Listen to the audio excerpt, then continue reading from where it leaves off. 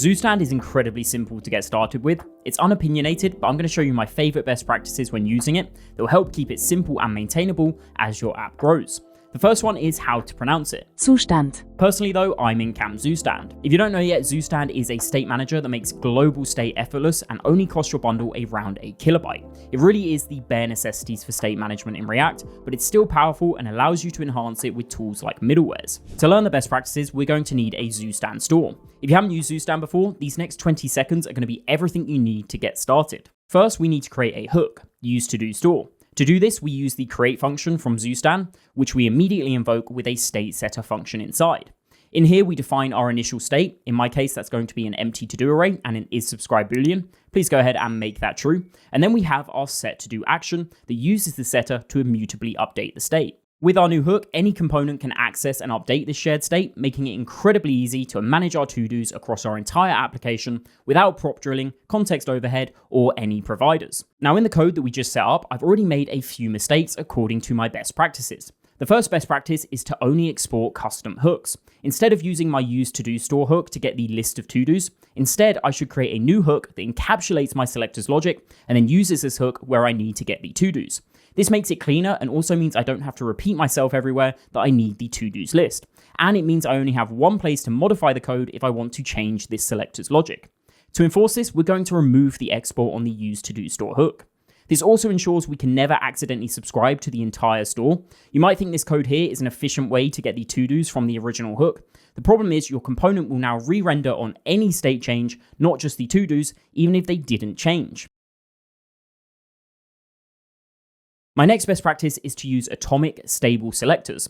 When you have multiple state values, one practice that might be coming from Redux users is to construct an object selector. This means in our hook, we extract all of the state that we need for a component in a newly constructed object, like the to-dos and isSubscribed. Don't do this. Zustand uses strict equality to detect changes. The trouble is, this selector, thanks to the way that JavaScript works, creates a completely new object in memory every store update, failing that strict equality check and causing unnecessary re-renders, even when neither to-dos or the isSubscribed value has changed. That's why I prefer to just use two hooks, so I'll create useSubscribed to obtain that value. Now, if you really want object selectors, you can use the useShallow hook. Wrapping this around our selector means that Zustand performs a shallow comparison. It checks if the individual properties of the object have changed, rather than comparing object references. Personally though, I prefer to just keep it atomic, well, until we come to our actions in this next tip. This tip is to keep your store organized by separating actions from state. Actions are our functions that modify state. These are static, they don't change. So we can create a single actions object on our store to hold all of them. I would even go as far as separating the TypeScript types and then combining them into a single store type. Now, to use these functions, I would break that previous best practice for using atomic selectors and instead expose a single actions hook. Then, when I want to use an action, I can just destructure it. Use to do actions returns an object, so it sort of breaks our previous atomic rule. This is okay though in this one case, because the actions object should never change. It's referentially stable. So even when we do use the destructuring pattern, state updates won't cause re-renders for unrelated state changes, as the selector is only looking at our actions object, and that should be stable.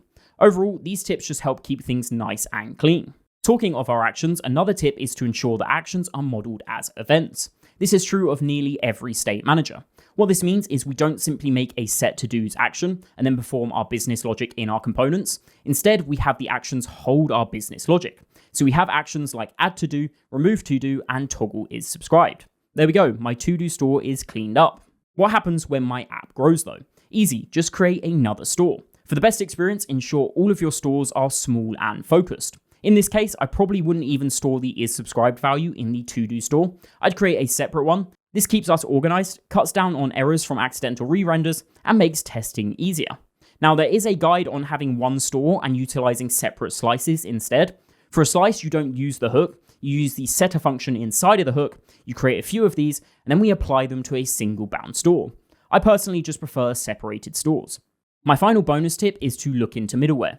You can use Immer to help cut down on messy destructuring in your stores. You can use Persist to automatically set up a local storage, and you can use Devtools to use Zustand in Redux Devtools in Chrome. There we go. Let me know in the comments if you have any of your own best practices. While you're down there, subscribe, and as always, see you in the next one.